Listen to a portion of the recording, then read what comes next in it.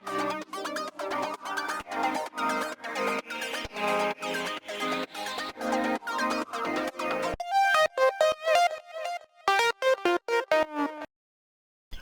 Friends, welcome to dream hour CC tutorial.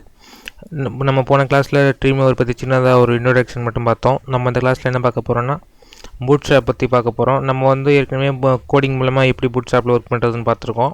நம்ம இந்த கிளாஸில் ட்ரீம்அவர் மூலமாக எப்படி ஈஸியாக ஒரு வெப்சைட் வந்து நம்ம பூட்ஸ்ட்ராப் மூலமாக கிரியேட் பண்ணலாம், அதை பற்றி பார்க்க போகிறோம். ஃபஸ்ட் நான் வந்து HTML டாக்குமெண்ட் செலக்ட் பண்ணிக்கிறேன். இப்போ நீங்கள் வந்து டாக் டைப் வந்து HTML5 செலக்ட் பண்ணிக்கோங்க. இப்போ டாக்குமெண்ட்டோட டைட்டில் பார்த்தீங்கன்னா நம்ம சேனல் நான் கொடுக்குறேன், தமிழ் டியூட்டோரியல்ஸ் வேல்டு நான் கொடுத்துட்றேன்.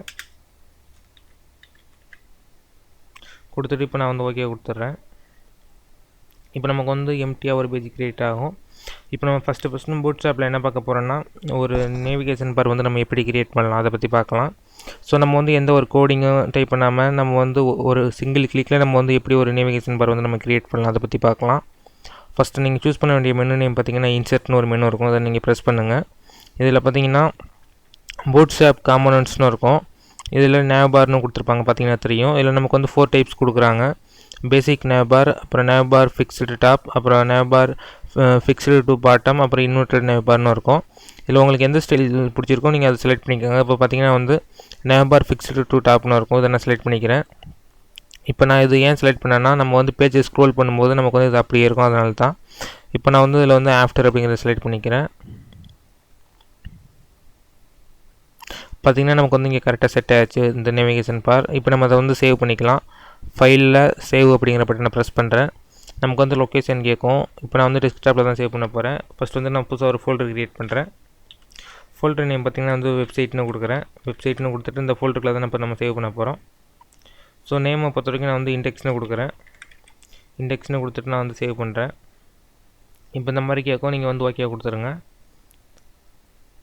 இப்போ நமக்கு வந்து நேவிகேஷன் பார் வந்து ரெடி ஆகிடுச்சு. இப்போ நம்ம அதை வந்து ப்ரௌசரில் ரன் பண்ணி பார்க்கலாம். ஃபைலில் ப்ரீவியூ இன் ப்ரௌசர், நான் வந்து மொசில்லா ஃபயர்பாக்ஸ் செலக்ட் பண்ணிக்கிறேன். பார்த்திங்கன்னா தெரியும், நமக்கு வந்து க்ரியேட் பண்ண நேவிகேஷன் பார் வந்து நமக்கு இதில் டிஸ்பிளே ஆகும். இதை பொறுத்த வரைக்கும் நமக்கு வந்து ரெஸ்பான்சிவாக தான் ஒர்க் ஆகும். பார்த்திங்கன்னா தெரியும், இது வந்து மொபைல் வியூ, இது வந்து டேப்லெட், இது வந்து பிசி. ஸோ நம்ம வந்து ஈஸியாக ஒரு நேவிகேஷன் பார் வந்து க்ரியேட் பண்ணிட்டோம். இதை பொறுத்த வரைக்கும் இது வந்து டிஃபால்ட்டான ஒரு நேவிகேஷன் பார்னு சொல்லலாம். இதை நம்ம எப்படி இன்வெர்ஸ் சேஞ்ச் பண்ணலாம் அதை பற்றி பார்க்கலாம். ஸோ உங்களோட கோட் விண்டோ ஓப்பன் பண்ணுங்கள். கோட் விண்டோவில் இதில் பார்த்தீங்கன்னா நேவிகேஷன் பார் கொடுத்துருப்பாங்க, அது வந்து டிஃபால்ட்டுன்னு இருக்கும். இதை நீங்கள் வந்து இன்வெர்ஸ்னு சேஞ்ச் பண்ணுங்கள். பார்த்திங்கன்னா வந்து இன்வெர்ஸ்னு டைப் பண்ணிட்டேன். இப்போ நம்ம அதை பேஜை ரீஃப்ரெஷ் பண்ணாக்க நமக்கு வந்து பிளாக் கலரில் சேஞ்ச் ஆகிரும், பார்த்திங்கன்னா தெரியும். நெக்ஸ்ட் நம்ம என்ன பார்க்க போகிறோன்னா, இதில் உள்ள நேம்ஸ்லாம் நம்ம எப்படி நமக்கு பிடிச்ச மாதிரி நம்மளோட மெனுஸ் வந்து எப்படி ஆட் பண்ணலாம் அதை பற்றி பார்க்கலாம். ஸோ இதை பார்த்திங்கன்னா நமக்கு வந்து ட்ராப் டவுன் மெனு வந்து எல்லாமே ஒர்க் ஆகுதுன்னு சொல்லலாம். இப்போ நம்ம அதில் வந்து நம்மளோட மெனுஸ் வந்து எப்படி ஆட் பண்ணலாம் அதை பற்றி நான் சொல்கிறேன், நீங்கள் வாட்ச் பண்ணுங்கள்.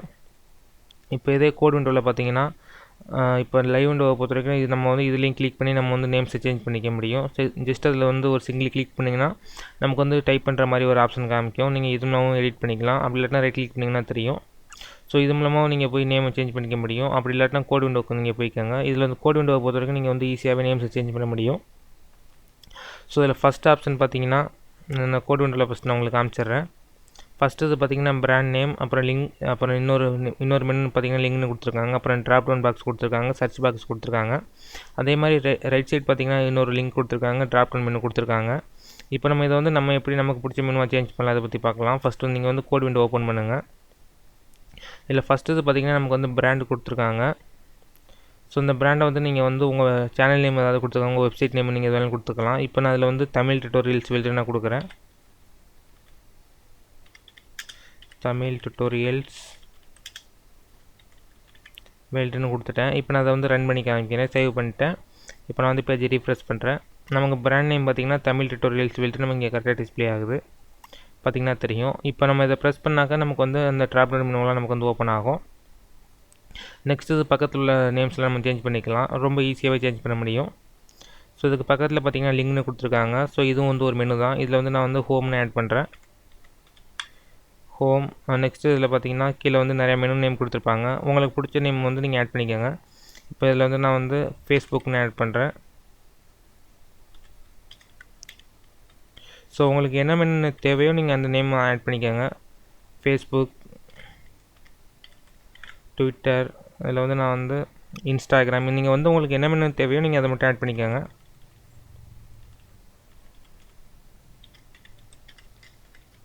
இன்ஸ்டாகிராம். நெக்ஸ்ட் இதில் பார்த்தீங்கன்னா வந்து கூகுள் ப்ளஸ், உங்களுக்கு என்ன மெனு தேவையோ நீங்கள் அதை ஆட் பண்ணிக்கோங்க. இதில் வந்து நான் கூகுள் ப்ளஸ் நான் இப்போ ஆட் பண்ணுறேன். Google plus. இதில் பார்த்தீங்கன்னா நான் வந்து இமெயில் ஐடின்னு டைப் பண்ணுறேன்.